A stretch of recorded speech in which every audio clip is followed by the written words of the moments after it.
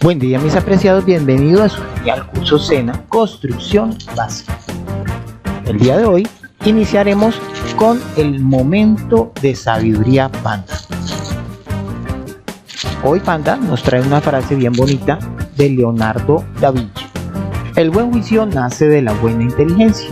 La buena inteligencia deriva de la razón, sacada de las buenas reglas. Y las buenas reglas son hijas de la buena experiencia, madre común de todas las ciencias y artes. Bien, quiero dar la felicitación a todos ustedes por estar muy atentos a este genial curso SENA, donde estamos estudiando los principios de la construcción.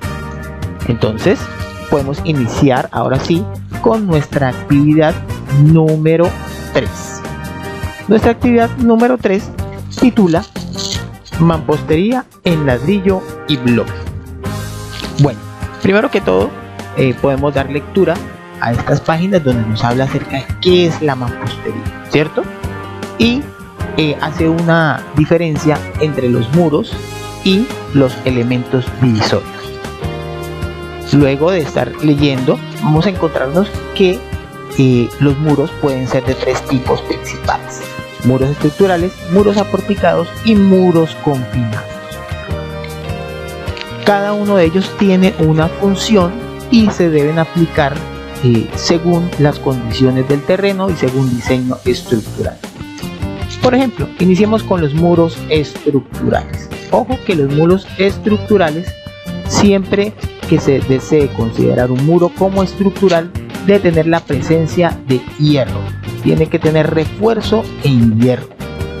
No es posible considerar un muro estructural sin hierro. ¿Por qué lo digo? Porque muchas veces se utiliza muros de ladrillo sin hierro para contener terrenos, cosa que no funciona, no sirve.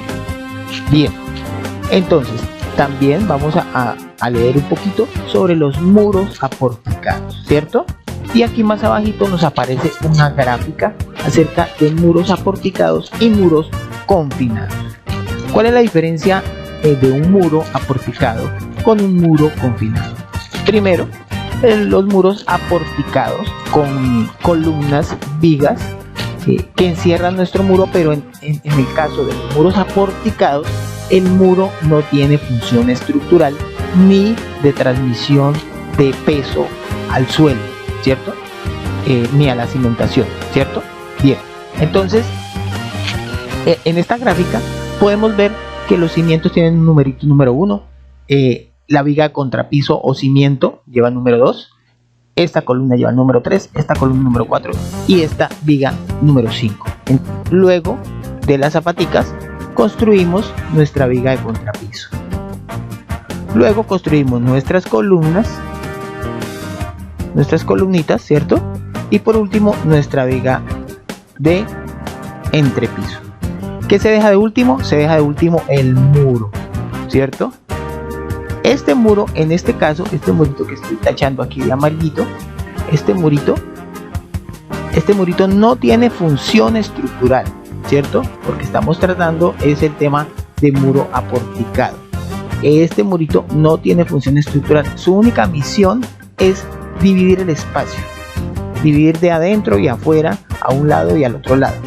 Por tanto, es deseable que estos muros sean hechos en un material liviano que no implique más peso para la cimentación. Recordemos que la cimentación es la estructura encargada de transmitir el peso de la construcción al suelo.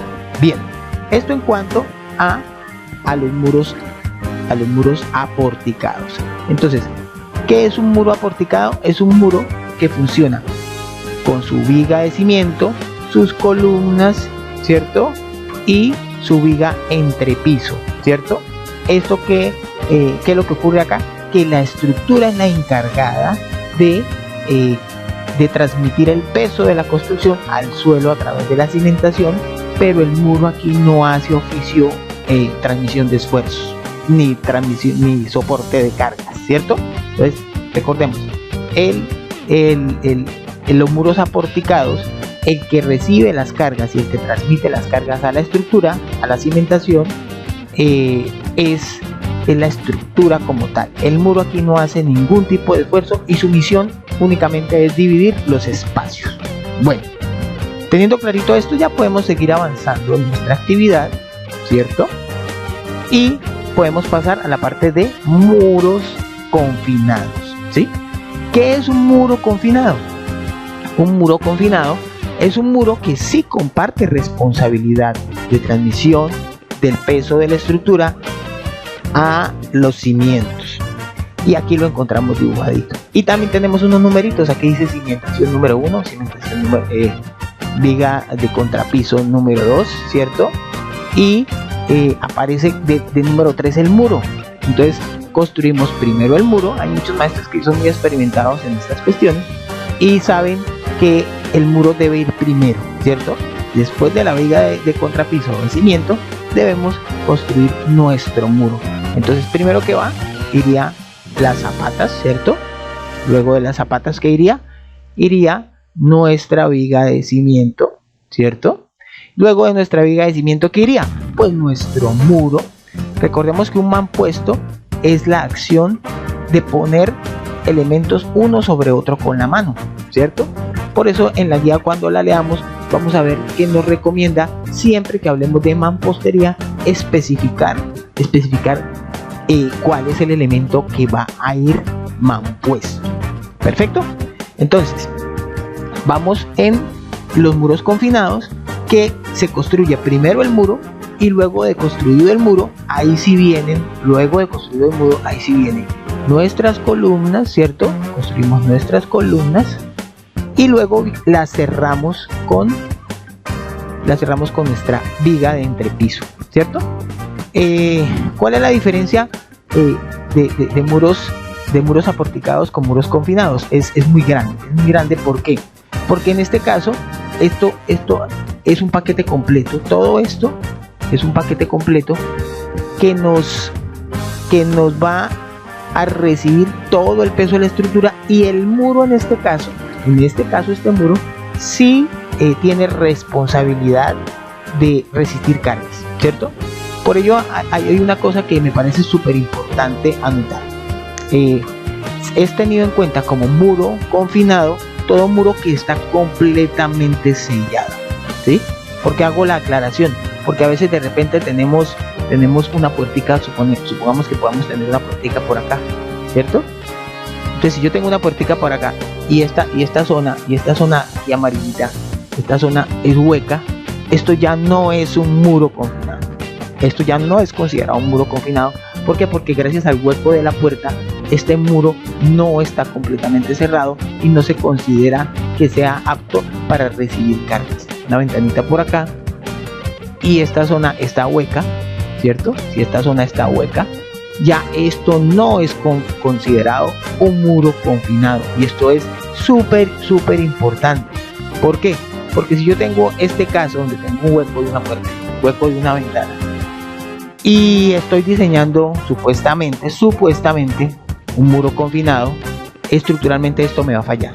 ¿Por qué? Porque por ejemplo, este pedacito aquí que voy a poner aquí en color azulito, este pedacito es muy débil, y este pedacito es muy débil para recibir peso. Entonces en este caso, cuando yo necesite huecos para puertas y huecos para ventanas, la opción de muro confinado no es viable. En ese caso sería mucho mejor utilizar la opción de esta opción de acá, de muros aporticados. ¿Por qué? Porque acá, si yo quiero, puedo tener hasta un portón bien grandote y no tengo ningún problema.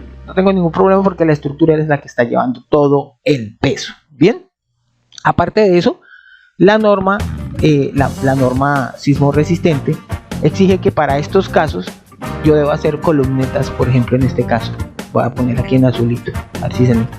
En este caso, en esta puerta, yo debo tener una columneta por acá y yo debo tener de pronto otra columneta por acá, ¿sí? Y de pronto un dintel más reforzado por acá, ¿cierto? O bueno, hay muchas configuraciones de cómo yo puedo hacer esta estructura para que esto en un momento dado de sismo no me falle y mi construcción quede estable. Normalmente esto no se hace muchas veces, ¿cierto? no se hace, y por eso se presentan grietas después de los sismos, se presentan grietas, rajaduras dentro de los muros, precisamente por eso, porque esta disposición de muros no es adecuada para transmitir cargas. Bien, dicho esto, pues continuamos con la guía y tenemos ya clarito que es un muro aporticado, ¿cierto? Y un muro confinado, ¿cierto que sí? Muy bien. Luego de esta parte vamos a ver los muros estructurales. Ojo con esto, ojo con esto. Muro estructural siempre, podemos hablar de un muro estructural siempre y cuando el muro contenga hierro en su interior, ¿sí? De pronto alguien me dice, no, pero arquitecto, ¿y esos muros de cemento que están llenos de cemento? Sí, esos se llaman muros de carga, ¿cierto? Y yo puedo hacer diferentes combinaciones, ¿sí? Yo puedo tener un muro confinado de carga, o yo puedo tener también, por ejemplo, un muro estructural.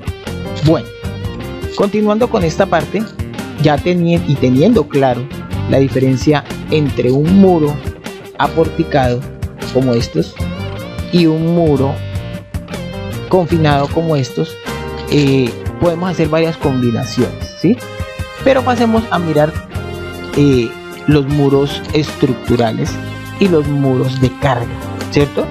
Ojo, muro estructural, siempre que hablemos de muro estructural tenemos que hablar de un muro que en su interior aloja hierros. Por ejemplo, con este gráfico se ven unas líneas punteaditas rojas, quiere decir que dentro de este muro yo puedo meter unas varillas, ¿cierto? Que irían amarradas desde la viga de cimiento y amarradas en la viga de entrepiso, ¿cierto? ¿En qué casos utilizamos un muro confinado estructural? ¿Sí? Por ejemplo, donde tengamos un terreno que se nos quiere desplomar atrás de la pared, o sea que quiero que este muro me haga funciones también de contención de tierra. Entonces, en ese caso, necesariamente este muro tiene que tener hierro en su interior para que tenga esa capacidad de resistir ese peso, esa tierra que me está golpeando ese muro. Si no tengo el hierro, muy seguramente llegará el momento donde ese muro va a fallar y se va a rajar, porque el peso de la tierra empujando es muy grande, ¿cierto? Y también tenemos el muro confinado de carga. El muro confinado de carga, como ya tenemos bien claro que es confinado, ¿cierto que sí? Que es el muro que elaboramos primero y luego lo cerramos con la viga de cimiento, con las columnas y con la viga entrepiso. El muro de carga es un muro que también me resiste peso, ¿cierto? Pero ya es un poco, digamos, menos resistente que el estructural, porque este sí puede que no tenga varillas, ¿cierto? ¿En qué casos es recomendado un muro confinado de carga? Por ejemplo, yo tengo un primer piso, yo puedo hacer un muro confinado de carga, y a nivel de segundo piso yo tengo algo pesado aquí arriba, entonces el muro va a trabajar en comunión con el sistema de columnas y vigas para ser mucho más resistente, ¿cierto? De pronto el caso de bodegas, algunas bodegas requieren estos muros, por ejemplo, esas bodegas que tienen muros muy altos, entonces yo puedo repetir esto mismo, yo puedo tener esto mismo repetido aquí arriba y hasta, digamos, como 3 niveles, ¿cierto? Y el hecho de que sea un muro con un mampuesto en concreto, por ejemplo, o un bloque más bien macizo, eso va a hacer que mi muro sea muy resistente. Entonces también importante esto, yo puedo tener diferentes combinaciones con estos elementos. Yo puedo tener un muro confinado estructural, sí.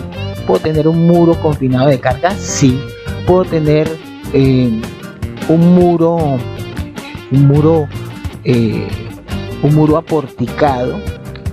aporticado, estructural, pues realmente no sería necesario, porque recordemos que la idea del muro aporticado es que la estructura solita sea la responsable del peso de la estructura, ¿cierto?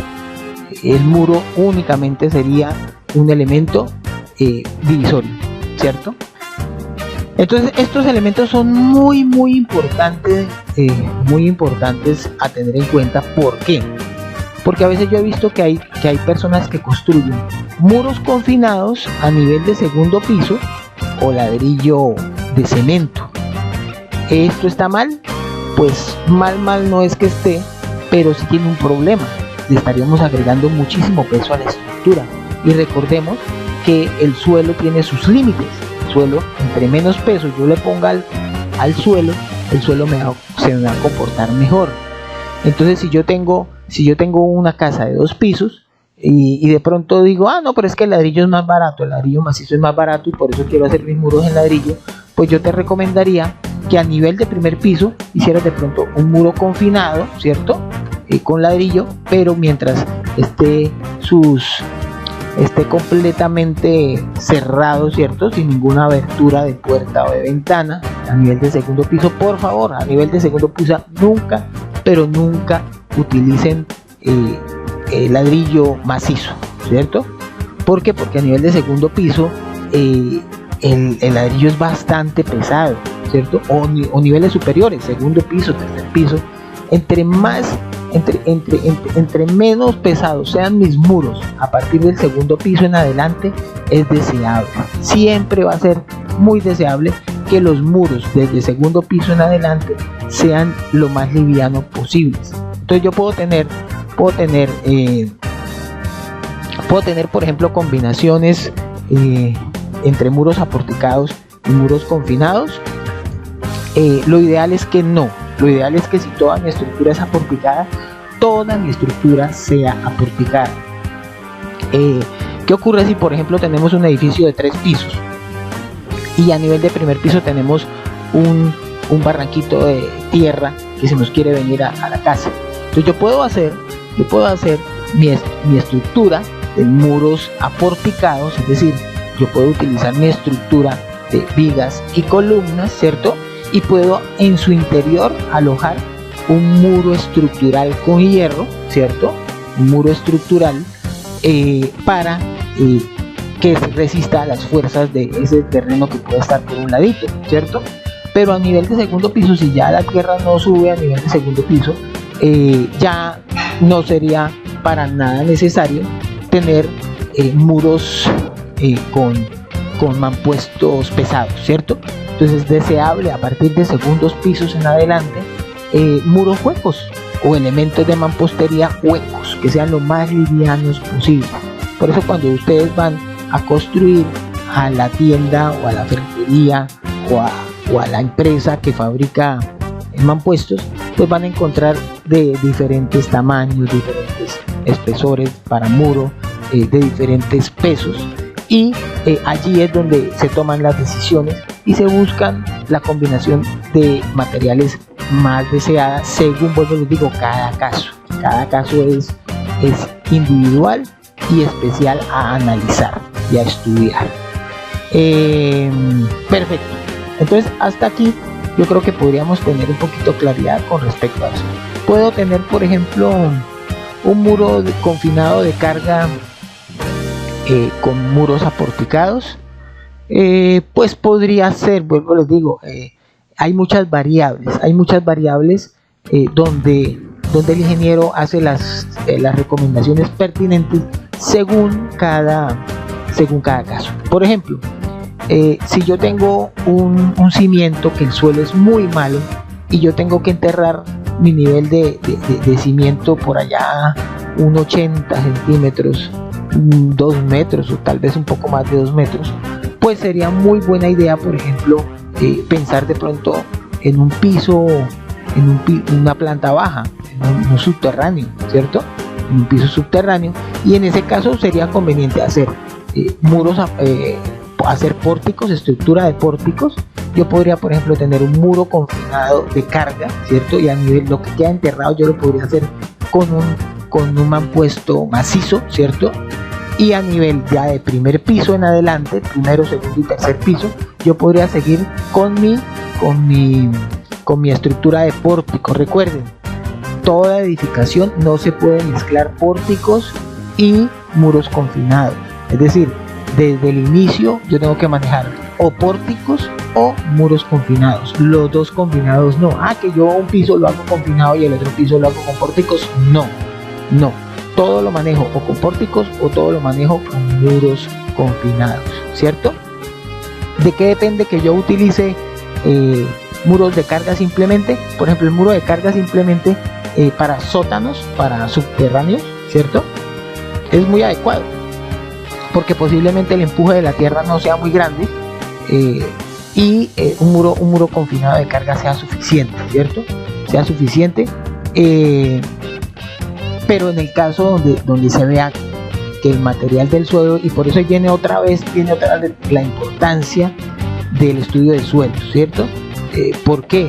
Porque si yo voy a hacer un subterráneo, ¿cierto? Y estoy manejando una altura de 2 metros, un poco más de 2 metros, y ese suelo que yo estoy excavando es bastante inestable, muy posiblemente el muro de carga solito no me sirva.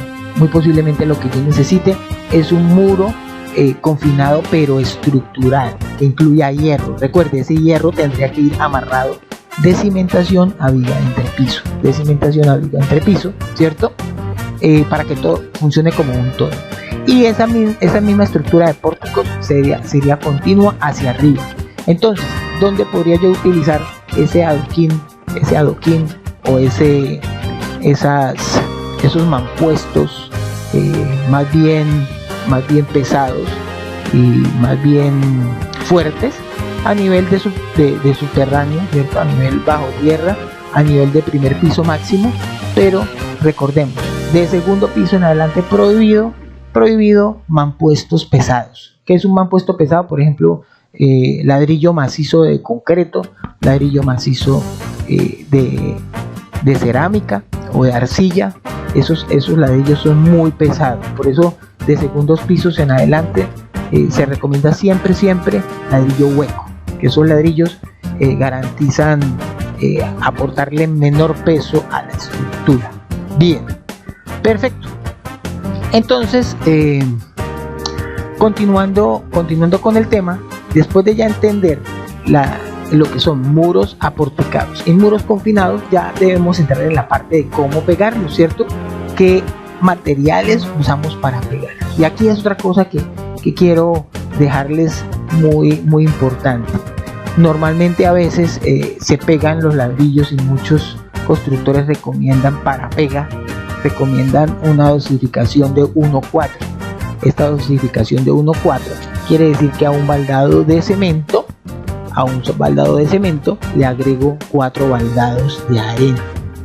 Esto, la verdad, para mí no me parece correcto y muchas veces los maestros lo usan. Esa dosificación 1:4, ¿para qué la recomiendo? Para frisos, pero nunca, por favor, nunca para pega, ¿cierto? Porque en la pega, por ejemplo, si yo tengo un muro de carga, yo tengo que tener un concreto, un mortero estructural, ¿cierto? Entonces, en este segundo punto, yo les voy a mostrar por aquí más abajito. Por aquí vamos a encontrar una tablita donde me aparecen los tipos de mortero. Los tipos de mortero para pega y para friso. Por ejemplo, si yo quiero un mortero bastante bueno para pegar mampuestos de muro estructural o muro de carga, yo necesito necesariamente utilizar esta dosificación, la 1:2. ¿Por qué? Porque esto me está dando más o menos 3300 PSI. ¿Qué es PSI? Esa es la unidad de medida de resistencia del mortero o del concreto. Entonces, si este numerito es más alto, quiere decir que mi mortero es más resistente. Entonces, fíjense ustedes que una dosificación 1:4, como normalmente a veces la usan, la resistencia es bastante baja, 2000 o 2400 PSI. Es decir, este mortero ya no es considerado un concreto, o un mortero no es considerado un mortero estructural, ¿cierto? ¿Desde dónde consideramos un mortero estructural? De 2800 para arriba, 2800 PSI. PSI es una sigla en inglés que traducida al español significa libras por pulgada cuadrada. Eso es una unidad de resistencia, ¿cierto? Entonces, entre el número este sea más grandote, quiere decir que hay mayor resistencia. Y si este número es más bajito, quiere decir que hay menor resistencia. Entonces, muchas veces oralmente se ha transmitido por muchos constructores que bueno, peguemos el ladrillo con un mortero 1.4. Ojo, ese mortero 1.4 no es estructural. Ese mortero 1.4 no es estructural. Y menos si por ejemplo uso un 1.5. Fíjese que ni siquiera un 1.5 o 1.6 ya contiene valores de resistencia en PSI, porque está por debajo de los 2000 PSI, ¿cierto? 2000 PSI es una resistencia muy mala, es una resistencia muy baja. O sea, un mortero 1.5, un mortero 1.6, como a veces utilizan en la construcción, es pésimo. Eso es una resistencia súper baja, súper baja. Entonces, ¿qué recomiendo yo? Hombre, si vamos a pegar muros a pegar adoquines en muros estructurales o en muro de carga, debemos usar necesariamente esta 1-2. ¿Qué quiere decir 1-2? Un baldadito de cemento, 2 baldaditos de arena, ¿cierto? ¿Por qué? Porque esto me puede estar dando de 3300 a 3600 PSI. En caso de que nuestra arena sea un poquito mala y nuestro cemento no sea tan bueno, esto puede estar entre los 3100 y entre los 3000 PSI, que todavía sigue siendo estructural. Por eso, para pegar mampuestos en muros estructurales y en muros de carga, ojo, obligatorio, mínimo 1-2, ¿cierto? Si yo ya quiero de pronto un muro confinado, recordemos que el muro confinado no hace fuerza, simplemente él se va a sostener él mismo, ahí sí puedo utilizar 1.3, o incluso ahí sí podría utilizar de pronto 1.4, sí, podría utilizarlo. Pero ojo, muros de carga o muros estructurales, nada de 1.4. 1.4 es pésimo. Mire, 2000 nada más, entre 2000 y 2400 PSI. Recordemos, PSI es libra por pulgada cuadrada. Libra por pulgada cuadrada, es decir, esa es una medida de presión de resistencia del concreto. ¿Qué hacemos normalmente los arquitectos y los ingenieros? Porque es que esto a veces varía mucho, esto 1.2, 1.3, 1.4, esto varía mucho. ¿Por qué esto varía? Porque esto depende mucho de la arena, depende mucho de la arena en caso del mortero, y en caso del concreto también depende mucho de la grava. Ojo que las gravas no es lo mismo una grava por allá de Boyacá o de Cundinamarca, o una grava por acá cerca a norte de Santander, por acá cerca a Cúcuta. Todas las gravas son diferentes según la zona. Hay zonas donde hay gravas de muy buena calidad y hay zonas donde hay gravas de pésima calidad. Entonces, ¿qué es lo que hacemos normalmente los arquitectos e ingenieros en obra? De repente yo estoy fundiendo una cimentación y yo digo, lo más sencillo es yo llamar a una concretera, y yo al de la concretera le digo: señor de la concretera, por favor, yo necesito un concreto, ejemplo, de 3000 PSI, ¿cierto? Ellos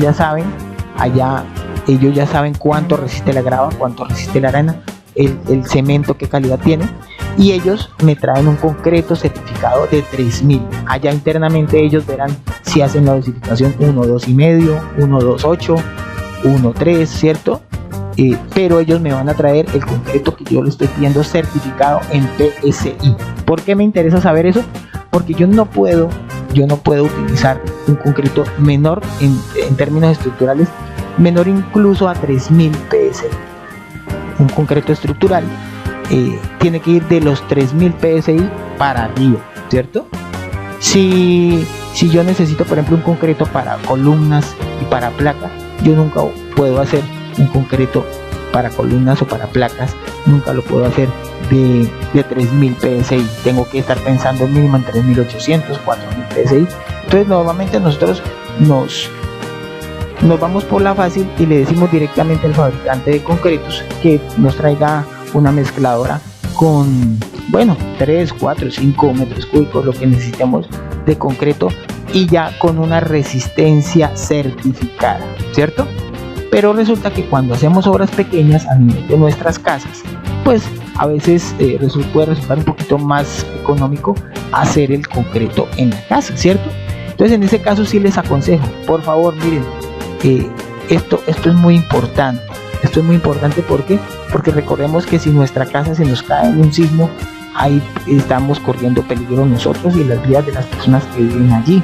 Entonces es mejor siempre asegurarnos y hacer estructuras que sean resistentes para proteger la vida de las personas y también para proteger la inversión, porque si yo voy a construir algo, es mejor que ese ala que yo construya me quede bueno y me quede resistente, y ahí estamos protegiendo también la inversión económica, que para nada es barata. Sabemos que el costo de la construcción es bastante alto. Bien, entonces insistimos, ¿qué quiero que quede claro de esto? Esta tablita que nos habla de la resistencia en libras sobre pulgada cuadrada es importantísimo para saber en qué caso yo puedo aplicar un mortero bajito, como es el 1.4, ¿cierto? Que lo puedo utilizar para frisos, como ya hemos hablado. Lo puedo utilizar para frisos, lo puedo utilizar para brechar, ¿cierto? Para brechar de pronto tubería cuando abro en la pared. Pero si yo necesito pegar mampostería, ¿cierto? Necesito necesariamente concretos estructurales que tienen que ir por encima de 3000 psi. ¿Puedo utilizar 1.4 para muros confinados? Sí, porque sí se puede ahí, porque recordemos que el muro confinado no va a resistir peso, él simplemente se va a sostener él solito. Entonces yo puedo tener un mortero no estructural, ¿cierto? Más o menos entre 2800 y 3000 para arriba, yo estoy hablando de un mortero estructural. Entonces los demás morteros de aquí de 1.4 y estos de por acá son para por ejemplo un mortero 1.5 o un mortero 1.6, ya eso se le llama mortero pobre, ¿cierto?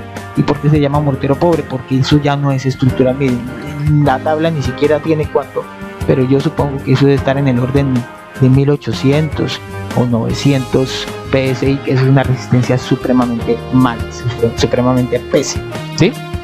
Entonces ojo con esa tradición de hacer concreto en mortero 1.4 para todo, que eso está mal, ¿cierto? Ah, pero arquitecto, un concreto 1.2 sale súper caro. Ah, bueno, pues obviamente eso tiene un costo, pero la idea es que sea un concreto fuerte, resistente, y que la construcción a futuro no se vaya a ver afectada. Bien, seguimos con nuestra guía y vamos a encontrar aquí cómo yo puedo calcular los materiales para un mortero. Entonces tenemos aquí la gráfica de un mortero 1.2. ¿Por qué recomiendo 1.2? Porque es el mortero estructural, ¿cierto? ¿Para qué nos sirve un mortero estructural? Repetimos, nos sirve para muros, para pega, ojo, pega de muros de carga o muros estructurales, ¿cierto? Para eso nos sirve un mortero 1.2 estructural. ¿Y qué necesitamos para ese mortero? Necesitamos un baldado de cemento, 2 baldados de arena y necesitamos agua. Pero ¿cómo vamos a saber eso? Pues nosotros tenemos la tablita es esta misma tablita que tenemos aquí atrás, nos va a decir cuántos materiales necesitamos. Entonces, por ejemplo, en un metro cúbico en dosificación 1.2 yo necesito 610 kilogramos de cemento, necesito 0.93 metros cúbicos de arena y 250 litros de agua, ¿sí? Entonces aquí nos aparece la formulita de cómo yo puedo calcular los materiales. Por ejemplo, en este caso, cómo puedo yo calcular el agua que yo necesito, ¿cierto?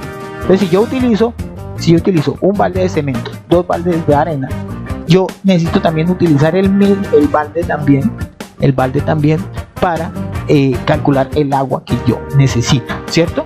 Entonces en el caso de un metro cúbico de mortero, aquí tenemos la operación y yo sé que para un metro cúbico de mortero de pega, yo voy a necesitar 3 baldes de agua, ¿sí? Ojo con esto, estos 3 baldes de agua depende de lo seco que tengamos la arena. Por ejemplo, si resulta que el señor de la volqueta, cuando nos trajo la arena, en el camino le llovió un poquito, ¿cierto? Entonces le cayó un poquito de agua a la arena. Ya estos 3 baldes pueden ser un poco menos. Ya estos 3 baldados de agua tienen que ser un poco menos porque ya la arena tiene un grado de humedad. Esto funciona en condiciones de cero humedad de la arena, que esté completamente seca 100%. Si llovió hace 3 días, esa arena muy seguramente tiene ya algo de arena. Entonces en ese caso vamos a asumir que necesitamos los 3 baldes, pero los vamos agregando a la mezcla y la vamos batiendo, y normalmente ya los constructores tenemos como ese ojo, y cuando ya la mezcla está en su punto perfecto, ¿cierto? Entonces la vamos mezclando y muy seguramente puede que se nos vaya un poquito más de 2 baldados, no necesariamente los 3 baldados, pero todo depende de la saturación de agua que tenga nuestra arena. Perfecto, bien. Entonces luego de nuestra revisión de la guía viene nuestro instrumento de evaluación. Recuerden, mis apreciados, que este instrumento es muy importante para todos, tanto para ustedes como para mí. Para ustedes, porque recordemos que estos cursos SENA, en este curso impartimos conocimiento para la vida, ¿no? Es un conocimiento que nos va a servir para nuestro trabajo, para nuestra profesión. Entonces es un conocimiento muy útil, ¿no? Entonces tenemos que ser muy conscientes que esto nos va a beneficiar a nosotros mismos, ¿cierto?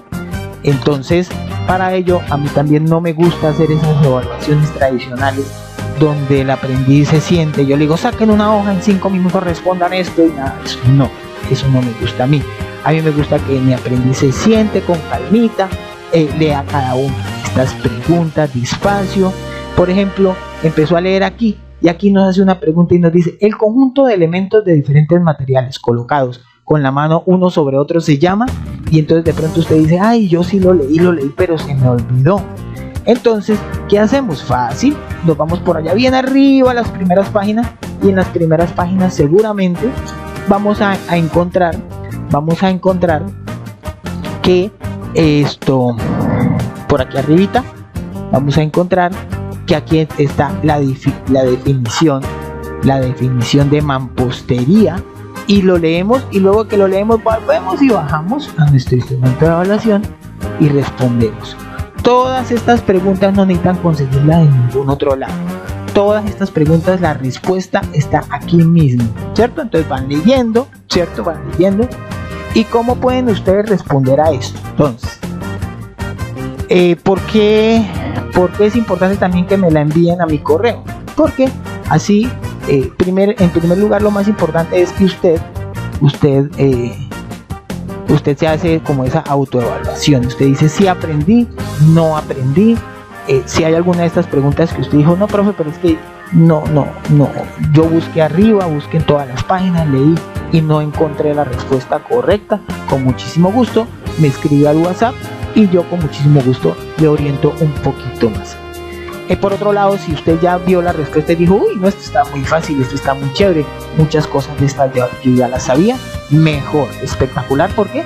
Porque lo que ya sabes, pues afirmas tu conocimiento y haces tu evaluación, y me envías un correito, y en el correo, en el cuerpo del correo, tú puedes copiar solamente la pregunta, ¿cierto?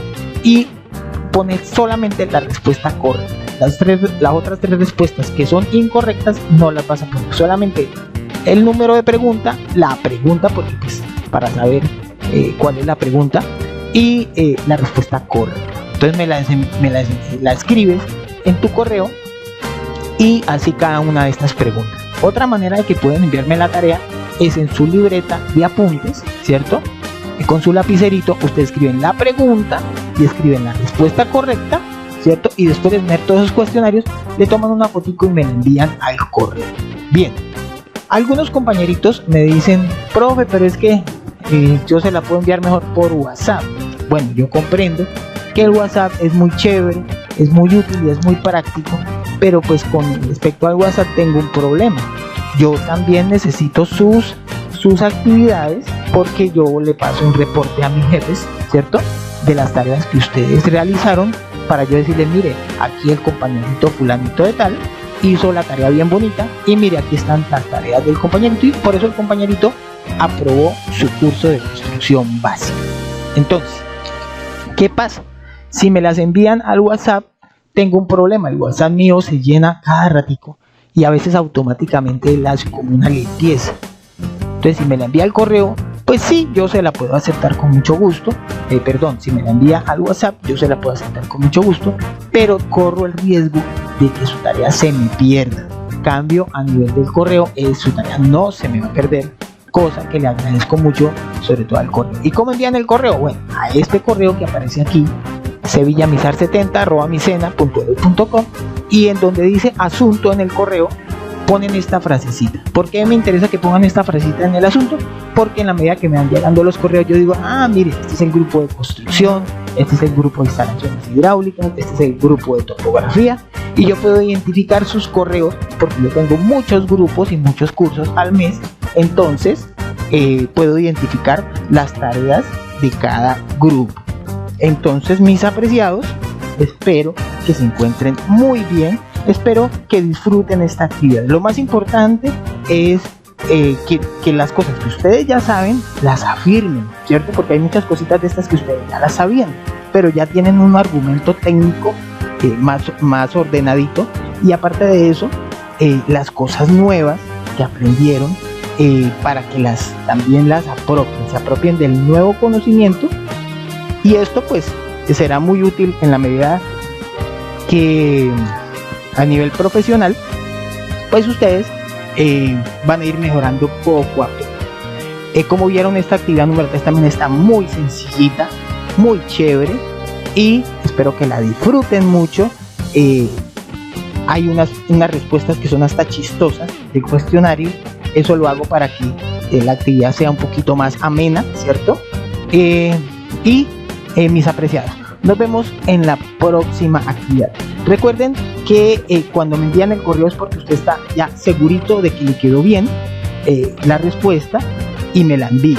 Si tienen algunas dudas, me las pueden escribir y me las envían. Si por otro lado usted tiene duda, pero un compañerito del grupo le ayudó y dijo, no, venga, yo le explico, y ya me quedó completamente claro, me la pueden enviar. Que cuando usted me la envía el correo, yo sepa, mire, fulanito ya me envió el correo, quiere decir que entendió la lección, quiere decir que la tarea está bien, y yo puedo almacenar su tarea en mi base de datos, para en el momento que yo haga el informe para mis jefes, yo puedo decir, miren, mis apreciadísimos del grupo de construcción estuvieron muy juiciositos, miren, aquí están las tareas de los muchachos. Entonces, muy feliz de su participación en el curso, y como les digo, este curso es para disfrutar, para que aprendan el conocimiento, para que afirmen o recuerden lo que ya saben y afirmen el nuevo conocimiento, y para que su labor como constructores sea mucho mejor y mucho más técnica. Entonces, mis apreciados, nos vemos hasta la próxima. Que tengan muy buen día.